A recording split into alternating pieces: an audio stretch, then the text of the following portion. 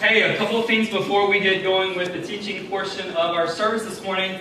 This Saturday from 10 to 1, we are partnering with the school that we partner with on an ongoing basis for their biggest event of the year. Last year they had 400 kids and their families attend Family Fun Day, and they're allowing Epic Church, because it was going to go away. We can literally say that they would not have Family Fun Day if our church and you people would not step in and run this. So we need to do a good job so they continue to trust us. But that's this Saturday. There's a couple of different shifts. Lindsay will refer back to this at the end of the service, but it's going to be a great way as we're talking about leverage in this series. It's going to be a great way for our church to leverage our time, our energy, our heart, as well as just the partnership that God has placed between us and this school. It's going to be a big, big deal. Make plans to be there. And of course, today is Mother's Day. And so if you are a mom or you are with child, would you just stand up and remain standing until I tell you to have a seat? Stay standing.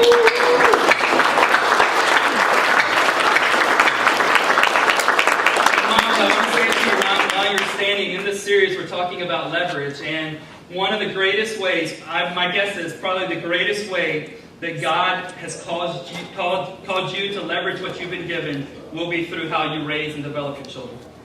So we're going to talk about I want you to do great if you're in the workplace. I want you to do great in your relationships. Of course, have a great marriage.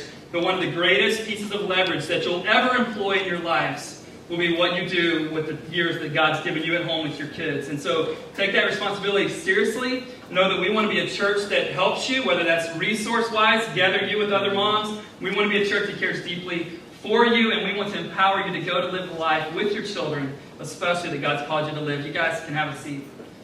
Before I pray for them, because we're going to pray for a few things, I also know that there are people in here that Mother's Day isn't a happy day for. Maybe you, like me, you lost your mom long before it was time for her to go. I lost my mom when she was only 46 years old. Others of you have wanted to become a mom, and you don't know how to do it, right? The fertility drugs aren't working. The doctors tell you you can't do it, and that's a heartbreaking thing for you this morning. Others of you, you had moms that unfortunately weren't like my mom to you. They were cruel. Maybe they were evil, and so this day there's nothing bright spot about this day for you. And so we come all over the spectrum. Every one of us, either in good ways or bad ways, the word mom means something to us. And so I want to pray that God would meet you where you are. If you're celebrating the fact that you have an awesome mom or that you are an awesome mom, it's okay to say it on this day, ladies. It's okay to say it on this day. Or if you're heartbroken because of what your mom did to you, or if you're heartbroken because you conceivably can't conceive right now and you don't know if you're ever going to be a mom, we pray for you as well. And so what Community of Faith is all about is bringing our celebrations as well as the things we mourn over. We put them in one big pot and ask God to meet each of us where we are and help us do something in here collectively for us. So let's pray, and then we'll get into our leverage talk for this morning. God, I do thank you for my mom. God, I thank you for the 25 years of life that I experienced with her. God, I thank you for the things she poured into me. I thank you that when I was running far away from you, God, she didn't stop praying. God, I also thank you for my wife. God, I honestly believe Shauna is the best mom I know. And ladies, don't throw tomatoes at me. God, I honestly believe that you've given Shauna a great gift of motherhood. I honestly believe that our boys are going to have incredibly strong futures because of what you've put in Shauna and the way she pours that out on a daily basis. God, I pray for our moms in this room. God, certainly there's no job more difficult than trying to raise kids that sometimes do what you say and other times can't stand to look at you. God, kids that choose unwise decisions. God, I pray you be with our moms in this room and in our church. Many of them are serving with Epic Kids perhaps this morning, or they're going to see their mom. God, I pray that you would empower them, that you would bring moms in this room together, that they could be a collective force. God, that they would pull their knowledge and what their experiences are, that they might, and that we might raise great kids here through Epic Church. God, for those that have lost their mom, or for those who don't have a great thought about the word mother because of how theirs treated them, God, I pray that they would sense your grace in a really special way. God, I pray that you would more than make up what was lacking for them and their mom, or what is lacking. God, I know it's the story of many of our women in this church. They're trying to conceive. They're trying to get pregnant. God, I pray, first of all, that you would open their wombs. God, God, I pray secondly that you would comfort them, regardless of the difficulty and the length of time it takes for that to happen. God, I pray also that they would see realms of adoption, things like that, God, as equally raising their children. God, I pray that we would all leverage what you've given us. Help us to learn how to do that even this morning. In Jesus' name, amen. I do hope you have a great Mother's Day. Thanks for being here this morning. We are continuing our Leverage series, and just in case you guys didn't see, we had an incredible baptism celebration last Sunday night. Over 100 people showed up. It was phenomenal. We baptized 3 of our ladies in our church, and it was incredible. Videos online. You can go to epicsf.com, and from there, there will be talk about, you can watch the interview from last Sunday morning, and then if you go to my Twitter account, Facebook, just Ben Pilgreen right there, easy. You guys can see the video, and we'll also have some pictures that we'll display even after the service this morning. As you're exiting, they'll be on the screens scrolling through. We had a great photographer leveraging what she's been given, really to grab snapshots of what God did amongst us last Sunday evening. For your birthday or Christmas, have you ever gotten or received that gift and you had no idea what to do with it? Anyone? Anybody? Not just me, right? Like, what do I do with this? What do I do? Well, our staff exchanged Christmas gifts last December. And Tim, who's on our staff, just so you know, Tim and I have known each other a long time. I had performed Tim and Kristen's wedding ceremony. Just trying to help you to understand the context. Tim knows that I'm an avid sports lover. He knows the kind of shirts I like to wear. He knows that I love a good restaurant gift certificate. And so I was really excited when I was going to receive Tim's gift at Christmas time. And I opened it up, and here it is. And I've been told this is the latest thing. What else did he tell me that day? Everybody's doing it. Anything else you remember about this, Tim? Everybody's doing it. It's from CB2. This thing's hot right now. Those things are hot. And so, anyway, everyone's got, and you know, my reaction certainly was disappointing for him, and I just wanted to tell him, Tim, it's me, it's not you. I have issues in my life. And so the only thing I can understand is that this is how long he wants me to speak for each Sunday, and so that's awesome. It's an hourglass, in case you didn't know, and so just let me know when it's done. You've got to be kidding.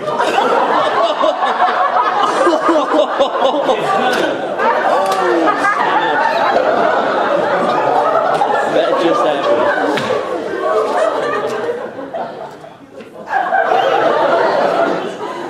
It's the best illustration ever!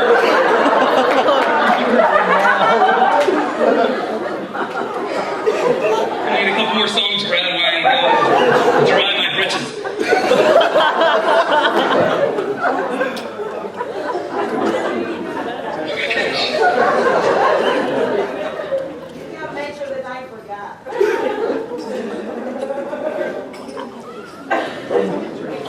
So the oven is over.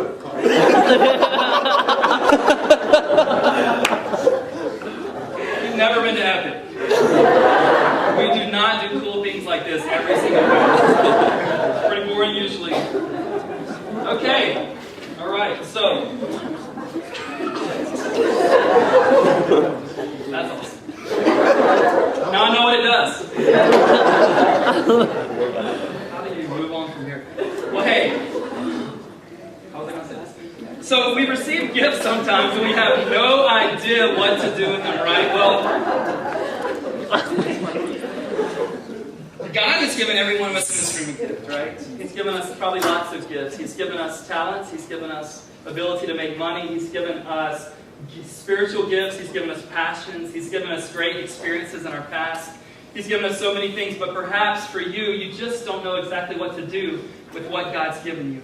What I want this morning to be is an incredible moment for our church and for you individually, and I believe that what happens in here this morning could have huge implications regarding, well, lots of things. What happens in here this morning, I believe, if we respond correctly to what you're going to hear, you're going to be challenged this morning. I'm going to be challenged this morning. Believe me, I've been thinking about this a lot longer than you have this week. But with how we respond, it could have huge implications for your future fulfillment and your future impact in the world. So this morning we're going to talk about how do we leverage our gifts. And we're going to be in Matthew chapter 25. And so if you have a Bible, turn there. If not, we want to just give you a Bible this morning. And so we've got our friends, our leaders coming down the aisle. Raise your hand and they will give you your own Bible. Take this with you. It's yours. Just a small way that we here at Ethics say thanks for being here this morning. We believe God reveals himself in the Bible, and we believe that it can make a difference in our lives as well as your life. It's a great way that we get to understand who God is. Are there any hazards up here, Brad, that you see behind me that are going to kill me? No bare feet. No bare feet. Okay, I can do that. It's on page 708 if you have a gold Bible. If you have one of the blue ones, I'm not sure. And if you have another version, I equally don't know. Matthew chapter 25. It's the first book of the New Testament. 25th chapter, starting in verse 14, and we'll read through verse 25. Jesus tells a great story, and I believe if you and I get it, if you and I employ the truths and the principles he gives in this story, if we're willing to open our hearts up this morning, if we're willing to consider a shift in the way that we live our lives, I honestly believe that your future fulfillment and the future impact that you have in our world could go way up. Could go way up. Who wants to be more fulfilled than you are right now? Who wants to make a greater impact in the world than you're making right now? The rest of you are lazy. And don't have bright futures. So Jesus is telling this parable. He's going to tell the parable of talent. Now this parable, starting in verse 14, it's a parable really about money, but it's about so much more than that. And certainly when it comes to what you and I leverage, our finances must be included in that, right? It is one of the greatest commodities that God has given to us to leverage in our lifetime. But it's not just about money. It's also about what are you doing with your skills? What are you doing with your relational networks, with your job, with your spiritual gifts, with your talents, with your tangible resources? What are you doing with those? But just so you understand, a talent back in the day here was equal to 20 years of wages for the average laborer. Okay? Lots of money to these people. And Jesus gives a story that is laced with principle after principle. And if you and I will embrace these principles, and if you and I will apply these principles, not only will your fulfillment go up, but the impact you have in the world will go up increasingly. So here we go, verse 14 through 25. Jesus says, "For it will be like a man going on a journey, who called his servants and entrusted to them his property. To one he gave 5 talents, to another 2, to another 1, to each according to his ability. Then he went away. He who had received the 5 talents went at once and traded with them, and he made 5 talents more. So also he who had the 2 talents made 2 talents more. But he who had received the 1 talent went and dug in the ground and hid his master's money. Now after a long time, the master of those servants came and settled accounts with them. And he who had received the 5 talents came forward, bringing 5 talents more, saying, Master, you delivered to me 5 talents. Here I have made 5 talents more. His master said to him, Well done, good and faithful servant. You have been faithful over a little. I will set you over much.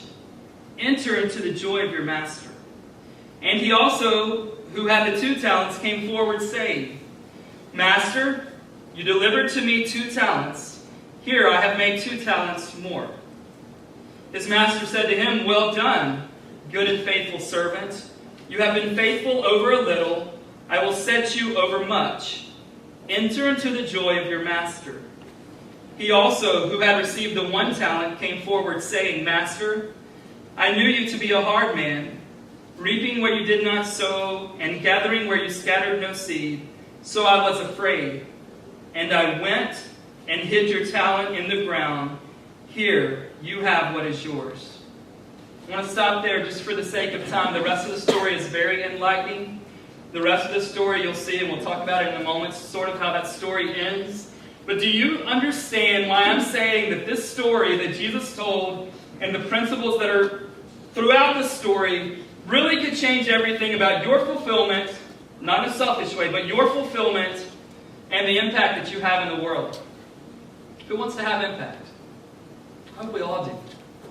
I hope that we all do, and it's not just something that sounds good and noble, but that we really want to have, speaking of impact, we want to have impact. So the first thing I want you to understand is the definition of what a steward is. A steward is someone, S-T-E-W-A-R-D. A steward is someone who manages the property or the affairs of another individual. Okay? And how you respond to understanding your gifts and whether or not you're willing to leverage them will depend on if you see yourself as an owner or if you see yourself as a steward and someone else is the owner. If you're the owner, then what you believe is that you are entitled to and you are the reason for everything that you have. And if that's true, then you get to decide, what do I do with my money? What do I do with my time? What do I do with my talents? Well, I just serve myself. I have my own agenda. I have my own intention. I have my own purpose. But if you see God as the owner of all good things, and you as the recipient of those good things, and ultimately yourself as a steward, managing it for Him, getting the most out of it for Him, then it will drastically change how you view what you've been given. I think it'll also, if we understand it correctly, it'll drastically change what you do with what you've been given. In verse 14, the master, just so you know, in the story, you're the servant, not the master. Okay? Everybody just say that after me. I'm the servant. I'm the servant. Not the master. All right, just making sure in case you're like, which one am I? You're the servant. God's the master. And so right off the bat, Jesus says a man's going to go on a journey, and he brings his servants to him, and he entrusts to them his property. That he entrusts, that he gives, that he wants them to manage. He thinks enough of them at least to give them some things that are his, and he is going on a journey. It's going to say in a little bit, a long trip.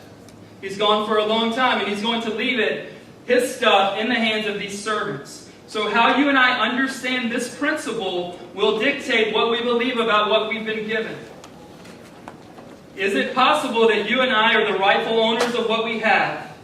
Or maybe it's time to reconsider the fact that we are stewards, that we are managers, that we are servants who've been entrusted with certain things for specific amounts of time. Even if it's our entire lifetime, it's still a very specific amount of time that we've been entrusted with those things. And how you view that really will change everything else, and one way or the other, with how we're going to talk as we move forward this morning. God has entrusted you and I with so many things, and one of the things we said last week, and I want you and I to really understand, is this. Everything we have been given has a God-intended purpose. Everything we have been given has a God-intended purpose. And one of the best things you and I ought to give our attention to and our effort towards is realizing what have we been given, A, and what is the God-intended purpose behind it, B. And then you answer this question, how are you using what you've been given? So two things I want you to understand. Everything you've been given has a God-intended purpose. And then I want you to ask the question, how are you using, or how am I using, what I've been given? How are you using it? How are you leveraging it? How are you investing it? And going on to verse 15, Jesus says that He gives one of them 5 talents, so that's 100 years' wages. One of them 2 talents, it's 40 years' wages, and one of them 1 talent. But He gives it to them and says, notice the phrase, really important here in verse 15. He gives it to them each according to their ability. One of the things you and I need to understand is, here's the question we're not asking this morning. I'm not asking this morning who has the greatest ability in here. I'm not asking when we can talk about money, and we're going to talk about it. I'm not asking who in here has the most money. I'm not asking who in here has the most time. I'm not asking who has the most talents, who has the most connected relational network, who has the greatest skill, or the most prized spiritual gift. That's not the question I'm asking. The question I'm asking, with the capacity that's been given to you, what are you doing with what you've been given? Capacity is a big word here. We all have a different capacity, and within different categories, my capacity might be greater than yours, or it might be less than yours. Right? Some of you in here make more money than others of us. Some of you in here make less money than others of us. Some of you at this stage of life have more free time than the rest of us. Some of us might have greater talents. The question isn't, hey, stand up if you've got the most money, the greatest talent, or the most amount of free time. The question is, what are you doing with what you've been doing? What are you doing with what you've been doing? God gives us gifts according to our own ability. There's things that God has created. I love our musicians up here. Just so you know, a couple things I want to point out the way they're leveraging things. John plays a mean violin, does he not? First time John's played the violin for us. And the song that's really resonating with me most right now in my own life on a daily basis, just pops up in my mind, is the song that was second to the end. Just so you guys know, Brad's leveraging his gift. He wrote that song. So all throughout the week, I just sense that I'm not going to sing it because God didn't give me that ability. All right? So I can go try American Idol. I can audition with Brad. He can let me down easy. But here's the deal. God hasn't given me that capacity. So God's not going to say to me, Ben, why aren't you using your musical gifts? He knows the answer is, you did not give me a single one. He gets it. He's not going to ask me that. But if you've got that gift, and you're holding on to it, He does have some questions for you. God's never going to ask me to give to this church or other great causes based on your salary. He's never going to say, hey, would you give 10% of that person's salary? Now, if you're unemployed, I might ask him if he could. He's not going to ask me that. He's going to say, Ben, I gave you X. What did you do with it? And He's going to have the same question for you. He gives it according to our ability. So you need to figure out, what's your capacity? It's that whole idea. It was a Spider-Man quote, but I really think it's a God principle, so stick with me. Oh, yeah. Where there is much privilege or power, there's also much responsibility. Peter Parker, I think. Or maybe his Uncle Ben, I can't remember. It's the movie version, not the comic. To whom much is given, much is required. The Scripture's really clear about that. And so some of you may go, man, I can't believe God gave me so much. Yeah, more is going to be expected from you. And you're going to even get more depending on how you use it. We'll talk about that. Or you could even get what you have taken away from you. But we'll get to that point in just a minute. But in 16 and 17, it's real interesting. It says the one who got the 5 talents, he went and did some things with it. It doesn't say everything he did. It said he traded. I don't know if he was a day trader or what. But it says that he made 5 talents more. And the one in verse 17 who had 2 talents, he made 2 talents more. We don't know exactly how they invested their money. We just know that they set out to make the most of what they had been given by their master. And so they invested it, they leveraged it, and they even multiplied it. And one understanding you need to have with the gifts God has given you, and I need to have with the gifts God's given me, you need to answer these 3 questions. How are you investing them? How are you leveraging them? And are you even thinking about multiplying those things that you've been entrusted with? How are you doing in those areas? They invest them, they leverage them, they even multiply them. They double what was given to them by their master. But then there's the guy that got the 1 talent in verse 18. But he who had received the 1 talent went and dug in the ground and hid his master's money. The one who was given the 1 talent, he went and he literally shoveling dirt up.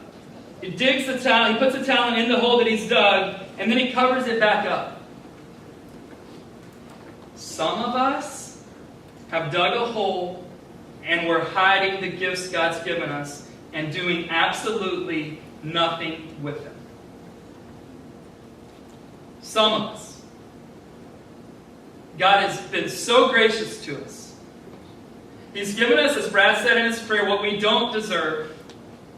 And we've dug a hole, right? Figuratively here. And we're hiding the very thing that He has given us and wants us to go make more of. And we're going, you can imagine the guy with the 1 talent, he has this scarcity mentality, right? That I've only got this, but this is a ton of money back then. And he's afraid of what his master's going to do, so he hides it. Is there a gift? A talent? The ability to make lots of money? A relational network that God has given you and you're doing nothing with it. You're not connecting your friends to each other. You are not giving the things that really matter in God's economy. You're not using your time for anything purposeful. What are you doing with what God's given to you?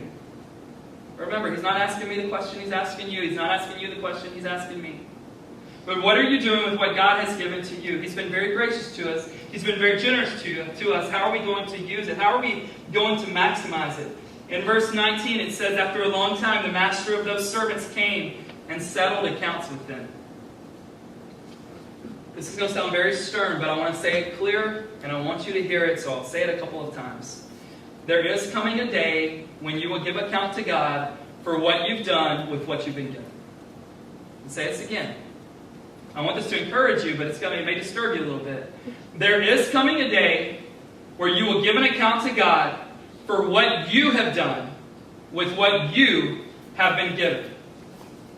So maybe today is a day of reckoning. Maybe it's a day where maybe God uses me even as a voice, or certainly His Word as a voice to caution us, to stop us dead in our tracks, to make us reconsider. But every dollar that you've been given by God, you will give account to how you use it. Every minute that you've been given by God, you will give account to how you use it. Every relationship that God's placed you in, I don't mean use the person, I mean how will you leverage the relationship. Every talent you've been given, you will give account to how you used it. What did you do with it? God's not into wasting gifts. He's not into giving you random gifts. Everything you've been given has a God-intended purpose. And it says here that the owner comes back and he wants to settle up with his servants. And here's the settling up, right? You see the one who was given the 5 talents, what did he do? Doubled it, right? The one who got the 2 talents doubles it as well. And the one who gets the 1 talent, he goes and hides it. Now let's see the response that the master, he gives the same response. Look in verse 20 through 23. Same response to the 5 talent guy as well as the 2 talent guy. Here's the response once they say what they did. He says in verse 21, well done, good and faithful servant. Wouldn't it be incredible to hear God say that to you and I at the end of our days? Well done, good and faithful servant. And this is a huge principle coming up here. You have been faithful over a little. I will set you over much. Enter into the joy of your master. Some of us may not even believe that God exists this morning. And if we do believe that He exists, all of us, we want to know, what is He like? Right? Well, you may also want to know, what is it that really brings God joy? Like, you know what it is for you. Like, it's those romantic comedies, right? For me, it's Tony's Pizza. Or By-Right Creamery. Anyway. If you want to know what brings God's joy, it's when His children use what He's given them to bring Him glory, to impact their world, and to find fulfillment themselves. Enter into the joy of your master. Now, I want to make sure with the sentence before that we don't assume things we don't need to assume, where God, really this is the master talking, but this is also the God character in the story, where He says, you have been faithful over a little, I will set you over much. I want to make sure that there's things I can't promise you this morning. So if you give money to our church, I can't promise you you're getting 10 times back that in the mail this week. I've heard those stories. I would like to be in that story. Haven't been yet, but I've seen God bless in so many ways when I do give of our resources. I'm not promising you that if you leverage your talents that God's going to make you a singer, right? It's going to take a lot more than that to make some of us singers. But I also don't want it to negate the Word of God, where Jesus clearly says, I gave you some things. You were faithful with those things.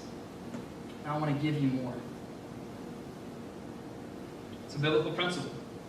How it looks for you, when you give X, do you get Z? I can't promise you that. God doesn't promise us that we can really come up with the specifics of what we get. But I do believe it's a principle. I do believe Jesus means what He says. When you and I are faithful with what we've been given, God entrusts us with more. Let's think about it like this. Let's say that you are an owner of a business yourself, or some of you are way up in leadership in your companies, or you want to be, right? Right? If you're not, you want to be. Let's say you have 2 employees. One employee is a hard worker. One employee they're thinking about how to take your company to the next level. They're working extra hours. They're using everything that they've been given. And then you have another employee. They've got a lot of talent, but they're not doing anything with it. Right? You check their internet records, and they're 4 hours on Facebook every day. Right? Guilty. All you laughing?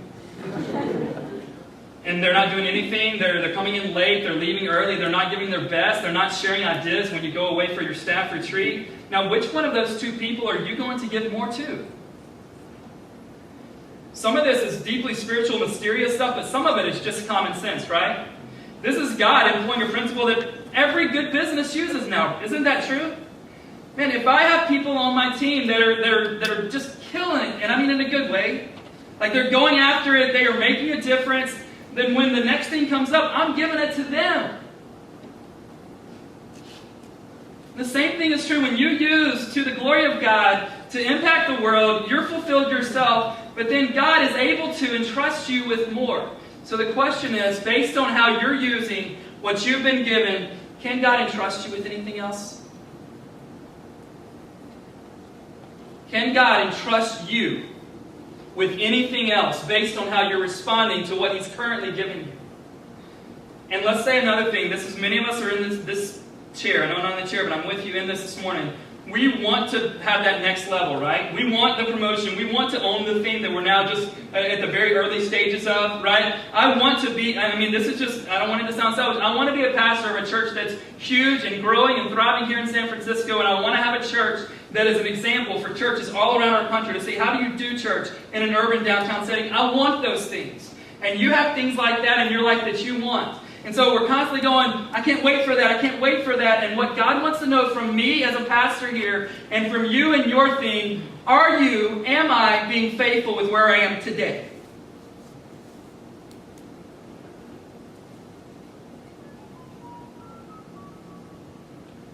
First ministry job that I had out of seminary was doing college ministry.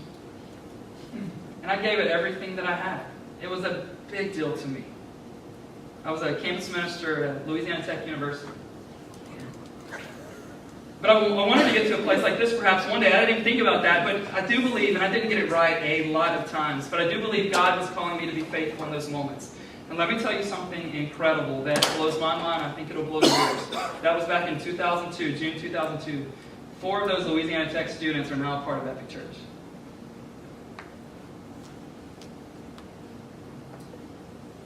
All 4 of them were 6:30 here this morning setting up. 2 of them I hadn't seen in the last 7 years. God just happened to bring them to San Francisco. Will you be faithful with where you are? Will you be faithful with what you have? Or are you ashamed of where you are and ashamed of what you have and you're not even employing what you've been given? Let's see how the one with the one responded. Verse 24. He also, who had received the 1 talent, came forward, saying, Master, I knew you to be a hard man, reaping where you did not sow, and gathering where you scattered no seed. So I was afraid, and I went and hid your talent in the ground, and here you have what is yours. Let's just go on. If you have your Bibles, it's not on the screen, but I want you to understand what happened with this one. But his master answered him, You wicked and slothful servant, you knew that I reap where I have not sown, and gather where I scattered no seed? Then you ought to have invested my money with the bankers, and at my coming I should have received what was my own with interest. So take the talent from him and give it to him who has the 10 talents. There's a day coming where you and I will have to give back to God not only what He's given us, but what He's given us plus what we've done with what He's given us. Every one of us. I don't care what your end times theology is. I don't care how you think this ends when it's all over. But every one of us is going to give back to God one day what He's given us, plus what we've done with what He's given us. You hear what Jesus says to him? You should have at least gone and made some investment with it. Right? Maybe you couldn't do what the 5 talent or 2 talent did, but you could have at least invested it in some possible way. Every one of us, this is going to be true for. How I want to finish, we're not quite done yet, but how I want to finish is 2 ways, and I want to let you know what those ways are this morning. 1, I want to let you know how people in our church are leveraging what God's given them, and 2, I want to challenge you to do the same. Period. I'm going to tell you how some of the people are leveraging what they've been given. We have people in our church. We have one guy who works basically for a real estate management company where they go in and rent spaces all around the city. And this is really cool. We don't know when God will provide a permanent space for Epic, but of His own initiative, He's looking for us, more than He should do it probably, He's looking for a space so that one day we can have a more permanent facility and not wondering, are we going to be on the 3rd floor this week? Are we going to be on the 4th floor this week? He's leveraging his job in that way. We have another guy who has an incredible gift of leadership. He spends time investing in our staff members. He also spends time investing in others of you who are part of this. We have a girl who is a great organizer and manager and works for a strong company and has a great position there. And she leveraged her managerial and her organizational skills and talents to run the entire baptism and barbecue event last Sunday night. By the way, it was our most significant event and our most well-attended event we've done so far. And sad as a staff, we're like, man, it's the only one we didn't oversee and it blew up. It's awesome. No, that's the way we want it to happen. We have a photographer who showed up at that event, and when you see the screen on your way out, you'll know she just didn't take pictures and put them there. You'll see the way they're laid out, you'll hear a song behind it, you'll know, wow, she's got a gift and she's leveraging it. We have another girl in our church who works at a company that all of us would know, and it came time the other day to be able to fill out applications to give grants to nonprofits and organizations, and she leveraged the fact that she works at that company. She also leveraged the knowledge she had that we have a great partner, Bessie Carmichael, the 10th worst school in California, under-resourced school. And you know what she did with her networks? She thought, what if I could connect those two? This is how this works. This is what this is about. We have people who show up here at 6:30 every Sunday morning. We have people who are not experiencing our worship service this morning so that they can help with kids. People that show up at 6:30 so that you can sit here, so that you can have a program, so that you can hear an incredible band, so that you can listen to the teaching, so that you can even get a free baseball ticket. Woo! If you are here for the first time this morning. People are leveraging what they've been given. We have people that are giving financially to our church in really sacrificial ways. They're doing it proportionally. They're doing it systematically. And here's what you need to understand. The only way our church becomes a force of good and we become sustainable for the long term is if the people who attend it give towards it. That's the only way this happens. People are leveraging the gifts they've been given. John plays the violin, so he doesn't sit on the sidelines. He says, hey, Brad, I play the violin. If you can ever use me, I'm available. What about you? And I'm not just in this church, in your life. If you guys would take the index card, the real fancy index card I put in your seat. Mine's got a little green dust on it. And I want you just to write these words down along just one word per line going straight down. I really want to help you here if at all possible, and we can't get there completely today, but I want to get you down the path of considering what God's given to you and how you're going to use it. Just going down one word on each line. Let's far left, just one per line. First word is time. Just write the word time. You're not going to turn these in, so we don't care about your handwriting. Share it. You're only for your eyes, so be honest. Second one is money. So time, money. Next one is gifts. The Bible is very clear that for every Christian, God has given them at least one spiritual gift. After gifts, talents.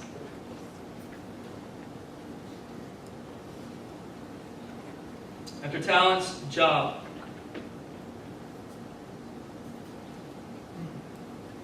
After job, write the word networks.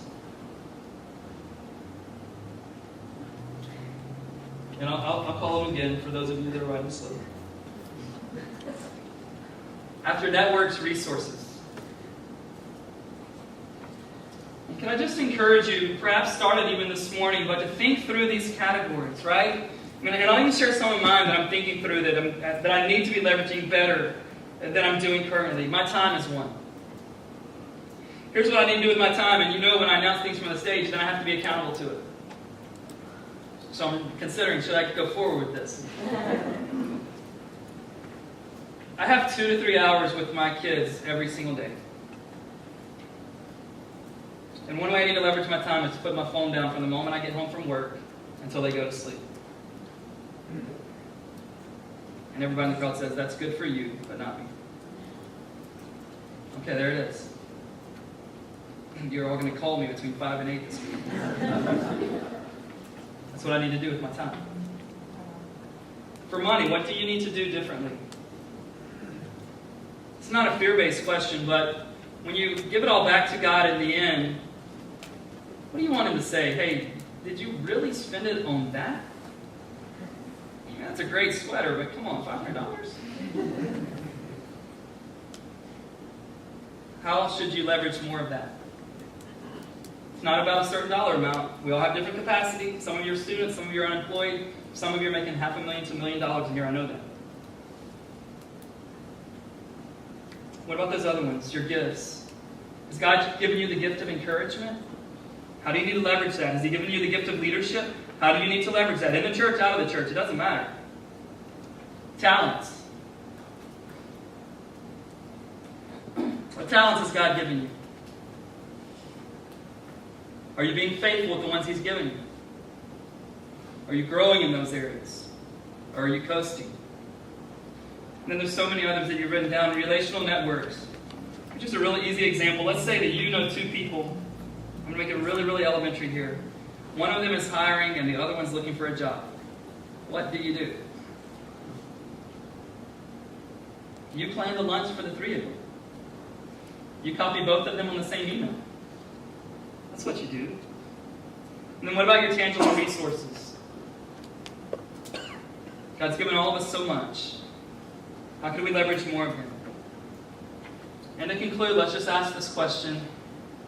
What did Jesus do with what God gave Him on this earth? He went all in. He leveraged His power to heal people. He leveraged His time, and He was willing to spend time. The guy who had the clearest mission. If you and I want to talk about, no, what I'm doing is so important. I can't focus on other things. Let me introduce Jesus to you. He had a pretty big responsibility. But He leveraged His time to spend it with children when it wasn't a children-friendly society.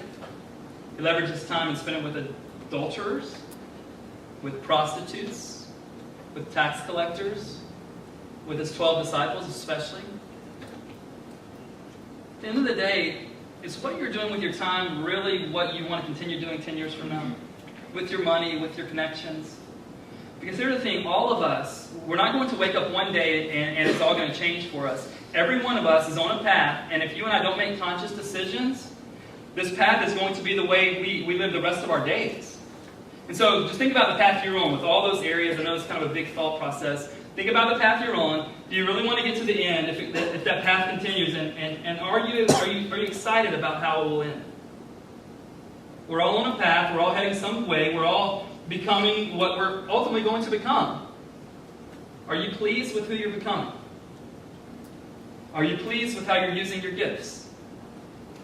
Imagine collectively what God could do in our church if we combine what He's given us and leverage it for the greatest good.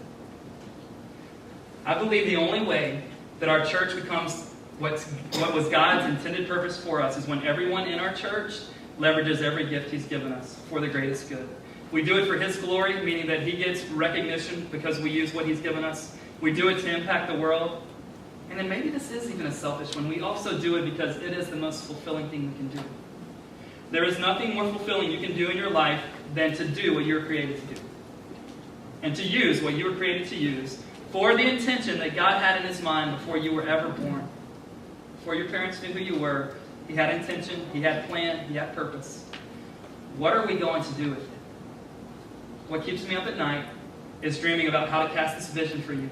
And remember this, I kind of want this to be a mantra for us. What God puts in us, He wants to bring out of us.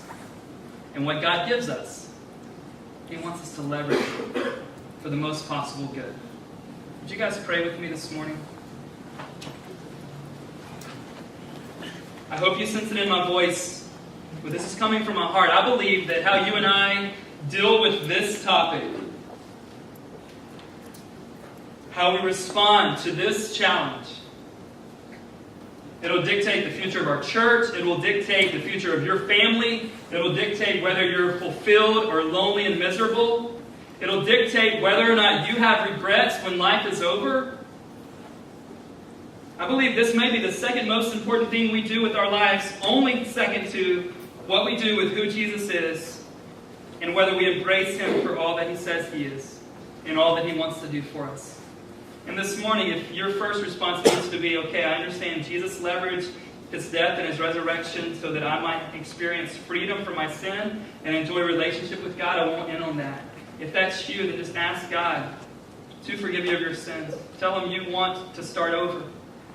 And then check that on your card, and we'll follow up with you, and we'll walk you through the process. But others of you, would you be willing to take this little cheap index card home and reconsider? Give more thought to it than we have time for this morning. I promise to do the same.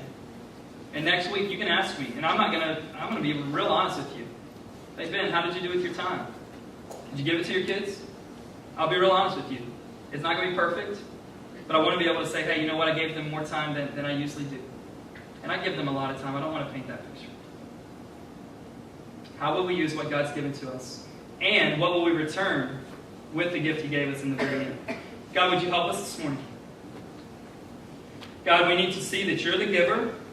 God, we need to see what have you given to us. God, we need to see what do we do with what you've given us. God, I love the dream of what and who our church could become if we were to employ the gifts you've given us and leverage them for great good, for your glory, for impact in our world. And God, even in ways that we would be fulfilled, knowing we're living out the life we were intended to live, and we're using the gifts you've given us for the purpose you intended them to have. God, I look forward to us becoming more of that person individually, and God, more of that church corporately and collectively. In Jesus' name, amen. Thanks for listening.